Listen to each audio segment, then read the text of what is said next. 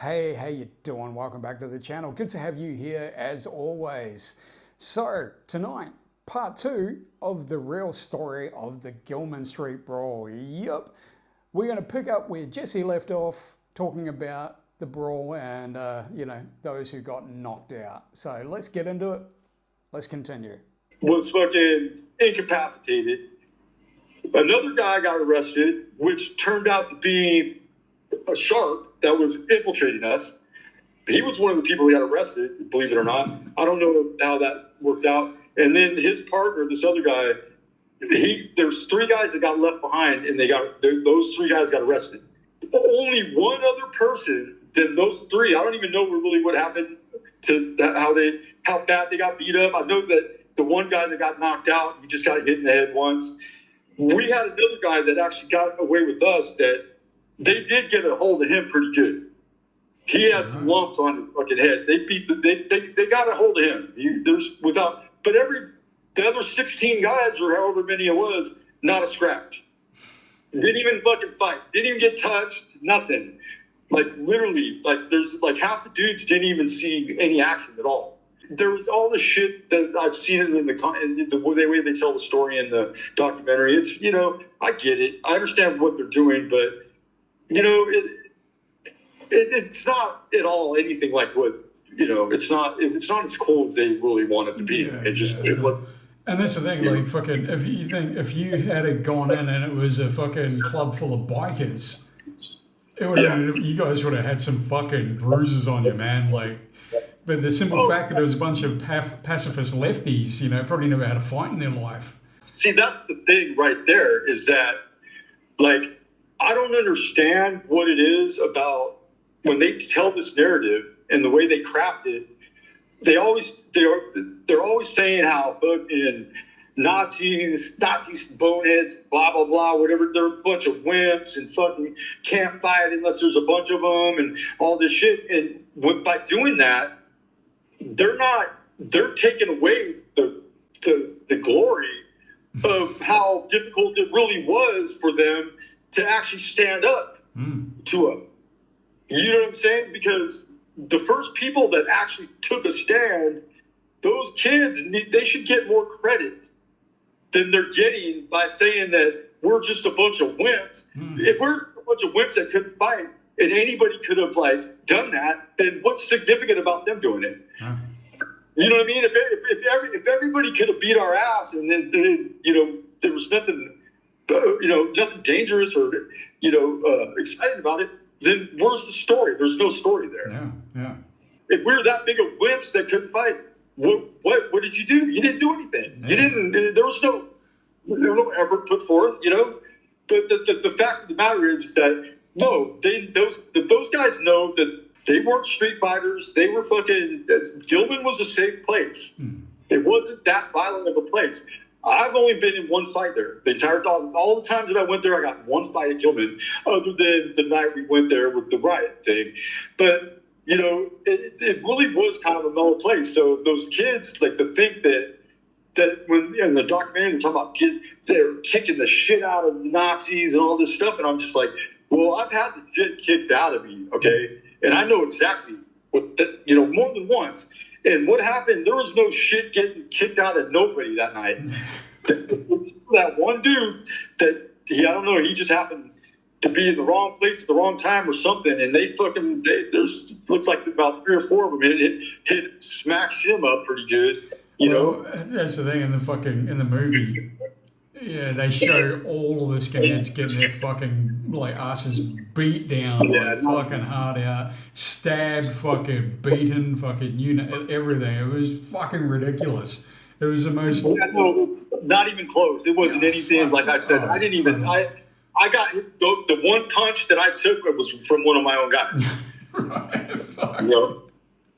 I mean, that's real. That's true. And he fucking nailed me. But that's the one punch I took that whole night. Well, and they're like, yeah, they're scared to come back, and it's like, no, we weren't. We just weren't trying to go back there. Eric Hogan was so scared to go back there that he went and got a fucking job there.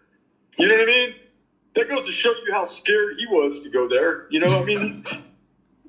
he might have, he probably might have weaseled in there and didn't tell him, and he was part of that.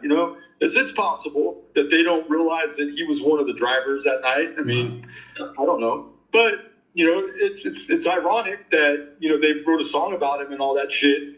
Black coat, white shoes, black hat, Cadillac, yeah. The boys are time bomb. And he was one of the guys that was there on the Nazi side. So that's truth. That's a true story. Their hero, their tattoo hero. He wasn't always on your guys' side. I mean,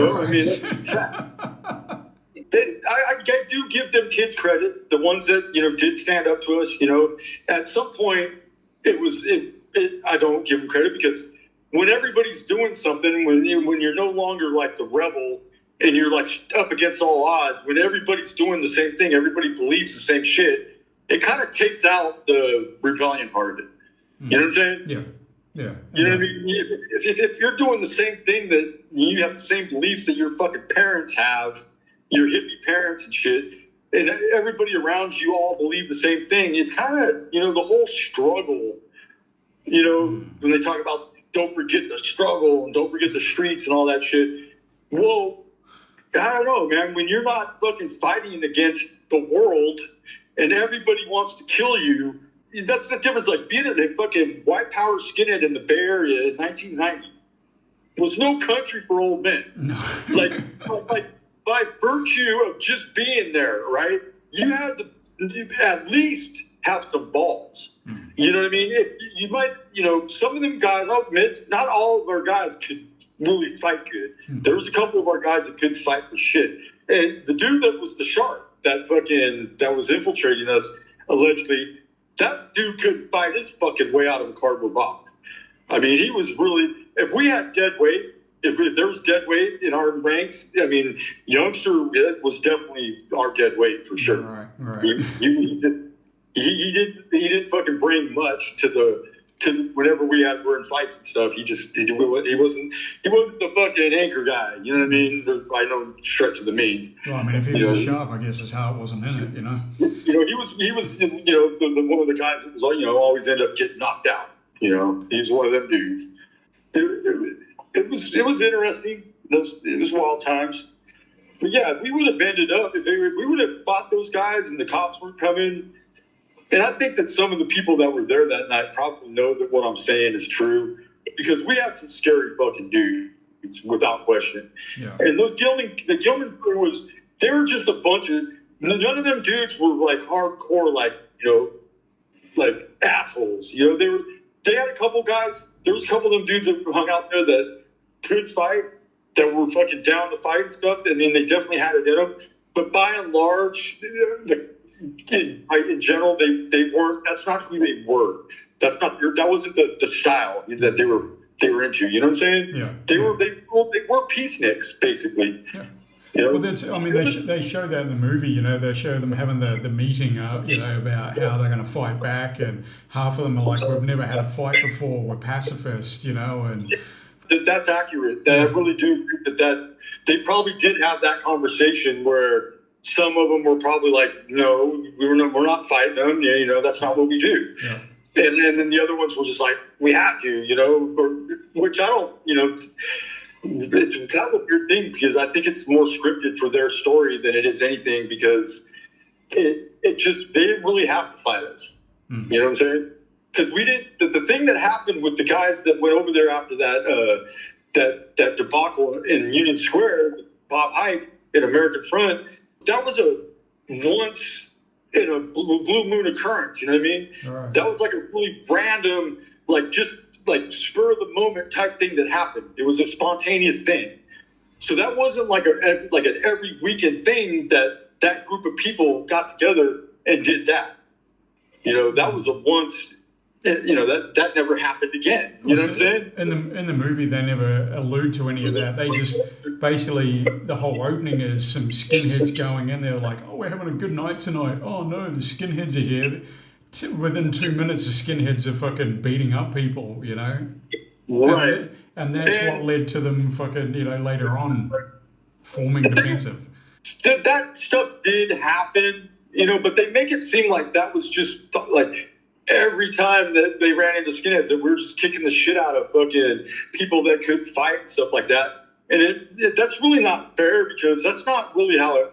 The funny thing is like when we were there, and like say some dudes, like one time it was like guys from the Lads were there, and they're with the band that was from LA, and some shit jumped off between those dudes, the Gilman Street guys and the Lads, and they were all good with us when that kind of shit happened. Oh yeah, and we were there, we would fucking step up and be side by side with those guys against the guys coming from out of town. Mm-hmm. They were our best friends anytime that shit happened. And that happened a few times, I remember, like, getting into, like, we actually, it was one of the fights that we almost got into on behalf of the Gilman Street people, not because of anything we did. We were basically backing them up. It was against the guys from New York, from Judge and Bold and who was Super Touch. But yeah, basically, Underdog was there. It was and Swizz. No, Swizz wasn't there that night. It was Judge and Bold, basically. Okay. The straight edge bands. Yeah, the Gilman Street people thought, they appreciated us then. Oh yeah, I bet. You know what I'm saying? When we were gonna throw down with them, it's all good. And so there was that's kind of what was going on. It was like that. We didn't. All of them dudes hung out with us at one time or another. Yeah, it's just that's how it was, and they know it. And something happened where there was it got really political. I mean, noticeably political, to where it was you had to pick a side, and that's when the sharps started showing up. To me, I think that it was something that happened in the world of politics. The leftists were making some type of move nationally. You know what I mean? It was like it was like a surge where they basically took over the punk rock music. Mm-hmm. Pretty much they became the gatekeepers of punk rock music at that time. So you'll notice, like, once you hit the 90s and you get the late 90s, like, there's no more like punk bands that are like the Orange County bands that were like not really necessarily right wing, but they weren't leftist. Yeah. They were just more like, motocross, surfers, doing, skaters, that kind of shit. Those guys tended to be more non-leftist, and they, for like skaters back then, I remember a lot of the skaters were kind of, fascist, I guess you would call them, Mm-hmm. That's what they would call them now. But we would just, I don't know, they were normal to us. Yeah. That's just normal shit. If you were like a hardcore leftist, those were the people that always stood out, because they were the ones that had a problem with everybody all the time. It was an interesting time, because the skinheads really weren't as bad as they make us out. I'm not saying that we could be terrible, because there were some people that really got hurt behind some of the mindless violence. It happened. But by and large, we weren't really terrorizing them kids like that. No. I wasn't. I wasn't a part of that. Like, I fucking hung out with a lot of them dudes. And in fact, I liked, there were some of them that I was fond of. I remember one time after that Gilman thing, we were in San Francisco, we got dropped off and we were coming back. It was actually when that Petaluma thing happened. Because when we were coming back from that, and we were downtown, and there was a bunch of bands playing at the Civic Center. And I remember going up there, and we were like kind of like on the other side of the fence. And we were just seeing who was there. And one of the guys from Gilman was there. He was like, it's on the other side of the fence. He just happened to stand there. It was Nando. They all know who he is. And me and him we were fine. We never had a problem, until we had to pick a side kind of thing. Right. And I remember just looking at him and him looking at me, and we made eye contact, and we just kind of looked at each other. And it was more of like, just kind of like regret. Like, I don't think that he wasn't worried about, like, it wasn't like we were going to fight. It wasn't like that, but it was like, we knew that we couldn't talk. We can't talk to each other anymore. We can't hang out anymore. But it's kind of lame. You know what I mean? I think the feeling that I got from him, we just kind of had the same kind of, like, this kind of sucked, huh? You know what I mean? We can't talk because of this. We're no longer friends because of this, And I always remember the feeling that I had about it. Just kind of like, it was like like disappointment. Things are the way they are that we got to fucking pick a side and be like this. I picked the side that I picked because, you know, that's just the side I picked. I can't get behind leftism. I've never been able to do that. It's just not my thing, you know? And then when they made it to where they, like, I went there, what happened was I went to Gilman by myself to a record swap meet. There were some sharps there. The first sharps, the very first sharps that they were there, they weren't getting real fucking out of line, but they were just kind of fucking with me a little bit. Just letting me know, like, and at that point I was just like, okay, so that's how it is. That's how it is now. Then when I come here, if I come here alone, I got to worry about you guys. And so that put me into a different, and I'm on a war footing now. Yeah. You know what I'm saying? So I'm not going to go around those dudes. And the thing was, is like a lot of sharps and the anti-racist guys that did come, they didn't hang out at Gilman at first. There was another club called the Twilight Zone in Alameda, which is really where their thing happens. Like the whole ska fucking thing. It's more of a Twilight Zone club thing than it is a Gilman thing. Right. But eventually, Gilman would, kind of eat up the scene, and like everyone would be there. But at that time, there was two clubs that those people that hung out in Twilight Zone, a lot of them didn't even go to Gilman. It was like two complete, like they had their own scene going. That's another aspect of it that a lot of people don't realize is the Twilight Zone don't get any credit. And they were there for a long time because it was in the old theater. They have the old time theaters with the marquee and all that. Yeah. So that's where they had this club, and it was like, they'd have goth night, and then they'd have ska night, and it was like all the new wavers and that demographic. Yep. That was a whole different scene there. So we'd go there, and that's where you would see like the scooter boys and that kind of shit. Right. The death walkers. So it was everybody was kind of like had their own little places and stuff like that. But the first sharks, I'm telling you, one of them was long rumored to be an FBI informant. When I met him, my interaction with them left me to believe that too. Yeah. Something, he was definitely, he was hooked in with something because he was like one of those guys. He had all the fucking records and all the blood and honor zines. And I remember he gave me a blood and honor zine. I'd never even seen one before. And he had all the stuff to give out to people. The first thing he said to my guy friend Damien, he's like, "I'm a Redskin, Damien. How do you feel about that?" I remember. And I didn't even know what the fuck a Redskin was at that time. I had no idea that there was there's other kind of skinheads, dude. You know what I mean? I was still new. I was still pretty much a fresh cut, But so that guy, he was one of them. And then, but here's another thing that's weird about him. Okay, so when that thing was going on, when the guys were showing up to the city, when the rioters were breaking windows and all that, this guy that became a sharp and was thought to be an FBI agent, he was meeting the people coming out of the BART station and getting them and basically protecting them. So when the mob would come, they knew him from the clubs and stuff, and he'd be like, "No, these guys were all right." So he was protecting white power skinheads from the leftists, from the Antifa, basically. And he was the reason why those guys actually were able to get all hooked up with each other and basically find a safe spot. I got to give him credit for that. You know what I mean? He did do that. But why he did that, I don't know. It really doesn't make any sense because it seems like he would want to be fucking beating those guys up. But that's not what happened with him. And then the other two guys, I don't know where these guys came from. They just showed up one day and they're all about fucking, sharp and anti-racist and ARA and all this stuff and transplanted from somewhere else, basically. And all three of them could have been federal operatives. I don't know. And in this world, in that world, you really don't know.